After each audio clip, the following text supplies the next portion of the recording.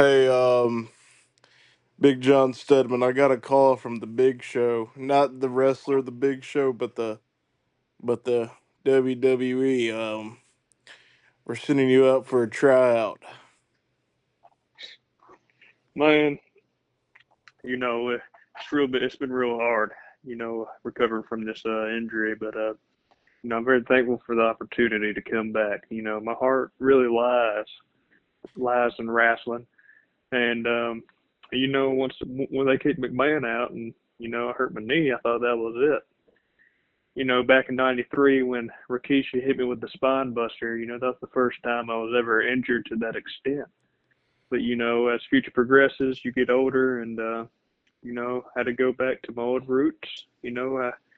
I opened up my wrestling school down there in Williamston, South Carolina, and it's good to finally have another shot at the title. Yeah, man. Yeah, HBK. He gave me a personal phone call, and he's like, "Hey, Hans. Hey, Ham Hot Green. I heard you. I heard you've had, you know, Big John Stedman down there in the Indies."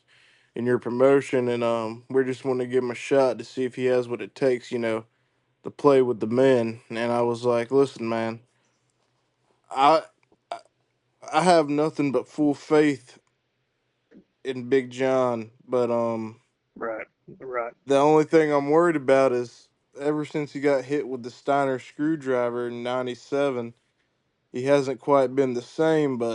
I understandably. but I think he has recovered. He has post traumatic Right, screwdriver syndrome, and right.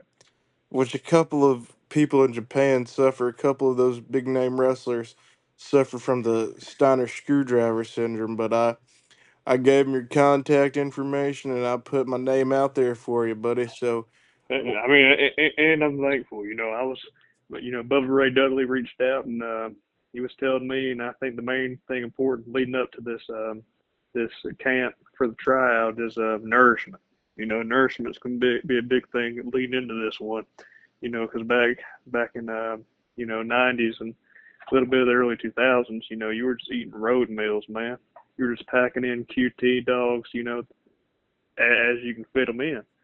Um, but leading this one, we really sat down and we sat down with the team and we got my nourishment in check. And no more roller dogs. I'm going to miss them, but you know, I I do whatever I can for the fans and to step back in that ring. and back in the late '90s, early 2000s, I mean, we didn't even have the good nourishment of QT. We were stopping at the local, fucking Kangaroo, It was getting some, rough. getting some damn roller corn dogs, It was rough. Yep. some donuts that are sitting there for days, and we were trying to eat them. We might even open a we try to find the sippy cup Gatorades because they say that nourishes your body more than just the twist offs, and now they've gotten rid of the for the most part it's hard to find a damn sippy cup Gatorade, and it's hard Right. for the men Right. out Right. there, but like at least the schedule on the big show's a lot better than it is down in the minors, and hopefully with this tryout you can turn some heads. I know it's been a couple years.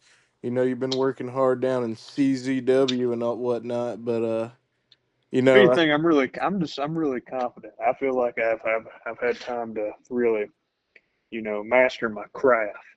And like I said, I've slimmed down from about I went from about 620 at my biggest. Right now I'm at an athletic 515, and and you know no more belly buster challenges for the big guy. But NXT's coming up. Have my eyes on a Mr. Austin Theory and a Finn Balor. Two hey, time hey, me. buddy, you gotta succeed in the tryout before you get on. You No, know, I'm just saying, time to get down with the get down. If you know what I'm talking about. yeah, I mean, you gotta impress Shawn Michaels and Road Dogg up there in the Performance Center. And I hopefully know. A Hopefully, your new trip to beginnings. Orlando, you won't get none of that Cuban food. You'll keep it to one Whopper a day, no cheese, no mayonnaise, Well, just I'm bunch. excited to see where the road leads me. I know you are, Big John, and it makes me it made me Stedman. happy. Have you been working on what's your new finisher you've been working on? I've heard rumors about it. Um, yes, the big. This is a new one. It's not my old one. It's the Big John Stedman flip dip, and Can you give it's me a real rundown dangerous. of the how you would execute the Big John Stedman dip flip? It's flip dip, son. Oh, split dip. Um, Sorry. Hey, buddy, I'm putting my neck out for you. Don't call me son. you're right. I'm sorry. I'm sorry. It's just been a long time. So what you do is right. This is a two-man specialty finisher. So Mother you was a can do that on surprise. 2 men at the same time, is what you're saying? Yep. What I'm saying is right. See, my other one, I'm gonna preview it during the show, the big show. Okay, no pun intended. But this one, all right, you have two cruisers coming at me. Preferably not jobbers because you want to make a statement with this one. You grab them, double choke slam, and just as you raise them up, you flip them, and then you dip them. You go straight back. They land on their heads. This has resulted in a couple casualties, but this is just what we do for the business. At Are the you end of the are you day, sure this move isn't banned in North America? Is this a sanctioned move or is this strictly for unsanctioned matches? to be honest with you, I'm not gonna lie. I've only used this twice, and they were both in I Quit matches. Uh, Do you have a move like that's you're going to WWE, they're going to protect their talent. Do you have a move that's not going to result in waist down, yeah, yeah. Have you never waist heard down? the Big John Stedman spot? You know what? Enlighten me. The Big John Stedman spot is, um, you get them like you're gonna do a forward slam, and just before they hit the ground, you put your arms out so they don't hit. Actually, I'm glad you mentioned this. I don't know if you're familiar with the. I personally think he's a criminal. All right, a robber, Mark Henry. Okay, he's going around telling everybody he invented this. No, I did. It's on camera back in '82. The Big John Stedman spot. It's All right, I crazy. take pride in it.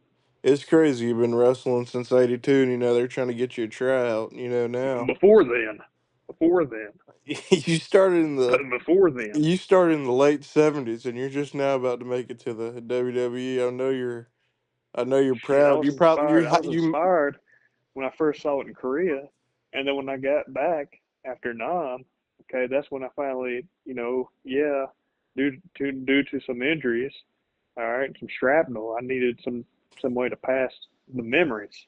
All right, so I got involved with my local. You remember Smoky Mountain Wrestling promotion? Oh yeah, Okay, Jerry the King Lawler.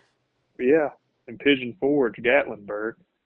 Okay, and I actually displayed my first talent ever. Funny you mention it. Is when they changed silver dollars, Silver City dollar, whatever it is, to Dollywood.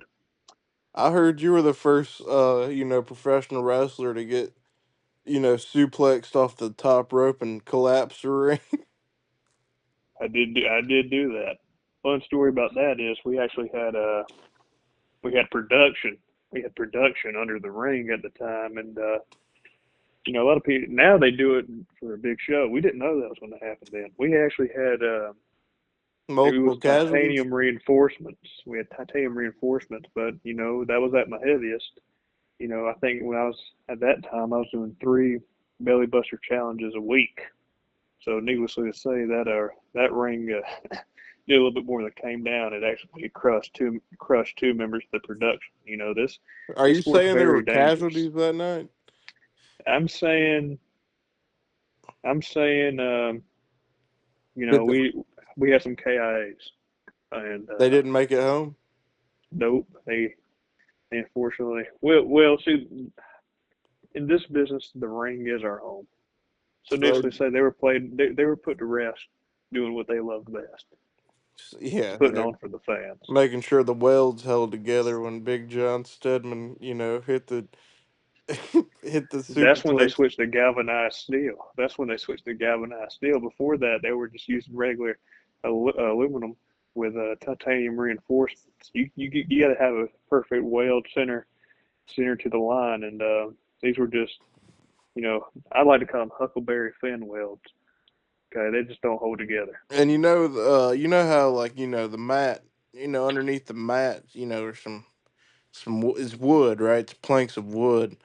Absolutely. I heard that night that you actually split three three slabs of wood, pressure treated timber. You split them in half with the pure mass of you coming off the top rope.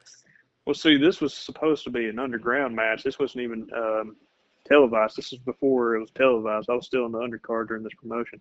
I was going against John. His name is actually John. John Butterscotch Carpenter, and he was going to hit me with his famous lollygagger, and it was botched.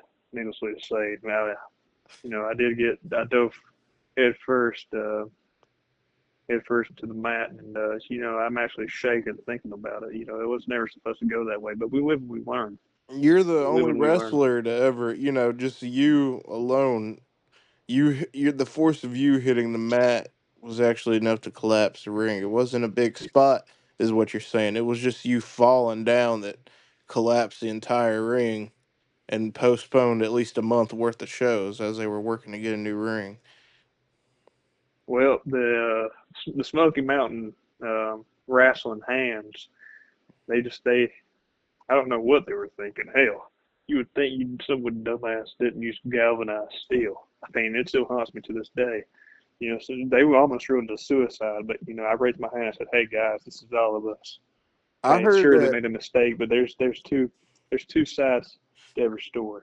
I heard after that they were using solid lead to try to keep the ring intact whenever you had a match. They'd always have to schedule you for the main event for risk that the ring would not survive the rest of the night, and back then they didn't know anything, so they tried to use solid lead the to keep the ring It's intact. funny.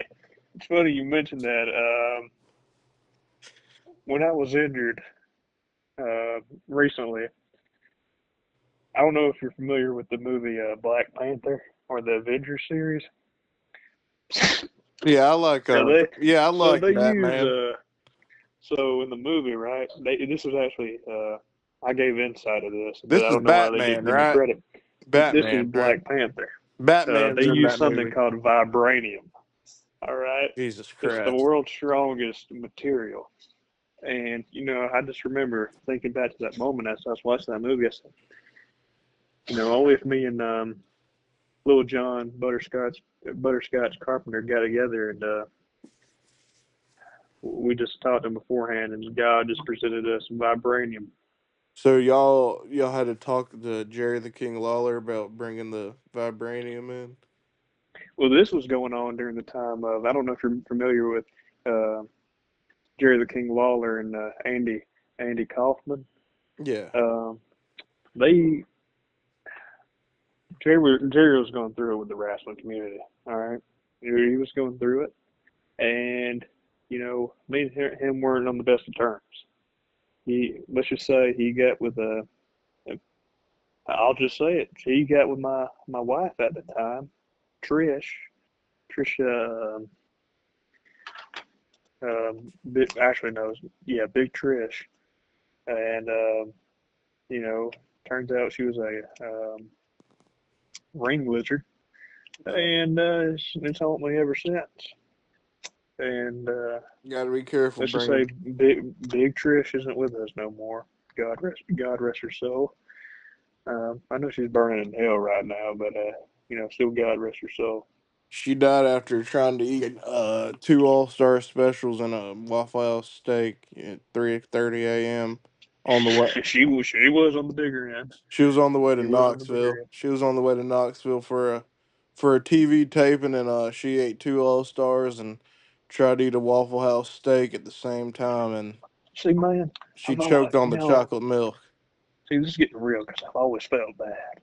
I've always felt bad. They treated Big Trish like a novelty. You know, they treated her like a freak show attraction. I'm like, hey man, y'all don't understand. I love this woman. Okay, if not, I wouldn't be driving around in my 1985 Ram Charger. Okay, with a trailer hitch attached to it, driving around. You know how much that is a gallon? Trailer hitch, no trailer. It's a fucking In a Ram lot. Charger, and that's the only way we could get her around. You thought I was big at 620? Shit, you have no idea. I mean, We had to and reinforce the bed of the truck, I remember. that's what I'm saying. And the only way we give her proper nourishment is if we took her either to a Ryan's Steakhouse buffet or we took her to a Golden Corral buffet. All right, and we had to pay double prices because they knew they knew she was going to get down with the get down. Listen, Big Trish, if I remember, was the only lady I've ever seen actually drain the chocolate fountain. They ran out of chocolate. Right, that did happen. You know, God, she would get thirsty. And I'm God, like, and we're like, it was Big like a Trish, that's not camel. chocolate milk, that's pure syrup. It was like a camel that hasn't drunk in fucking 3 weeks Oh, she had humps, all that right. you dropped into she had Lake Murphy. she had humps, all Yeah, right. boy, could she drink. Good God, could she drink a beverage. She really liked ones that were milky. I don't know, something about calcium. I don't know if she had strong bones. Dear They God. didn't call her Big Beverage Trish for, no reason. She could put them down, boy. And it wasn't even like she was drinking like drinks. She was fucking blending meat and just drinking it. I'm like, Trish, that's you're gonna get mad cow's disease doing that shit. Well, to put it in perspective for you, you remember the first time you tried a cookout shake and they gave you it with a spoon Yeah, you try to suck that because bitch that through a sucker straw. thick. Yeah. She put a hole through that damn cup, boy. God Gosh, she damn. was thirsty. God God damn. damn thirsty. And That's if you one. still go to some select locations at cookouts and you order the big Trish tray, you get one of everything. They have a big fuck. They have a picture of her in most Tennessee locations in the lobby. You know, unfortunately, when she passed, we didn't we did I didn't have the money at the time. Dear God, I was still in medical debt from all the surgeries, but you know, we couldn't afford a plot big enough to bury her in. So what we ended up doing was, you know, we took her down, and as they were building a Burger King, they were laying down the foundation. You know, they were lucky enough to let me lay her down to rest within the concrete foundation. Well, hey, Big And you John know, Stedman, I hate to inform you this. I'm about to shit my pants. But well, understood. I will keep you updated with what Shawn Michaels says, and we'll get you to the big show, hopefully. Well, thank you, wrestling fans, and thank you for the opportunity. Of course, man. All right. I love you, Big John. Love you too, man. All right, man.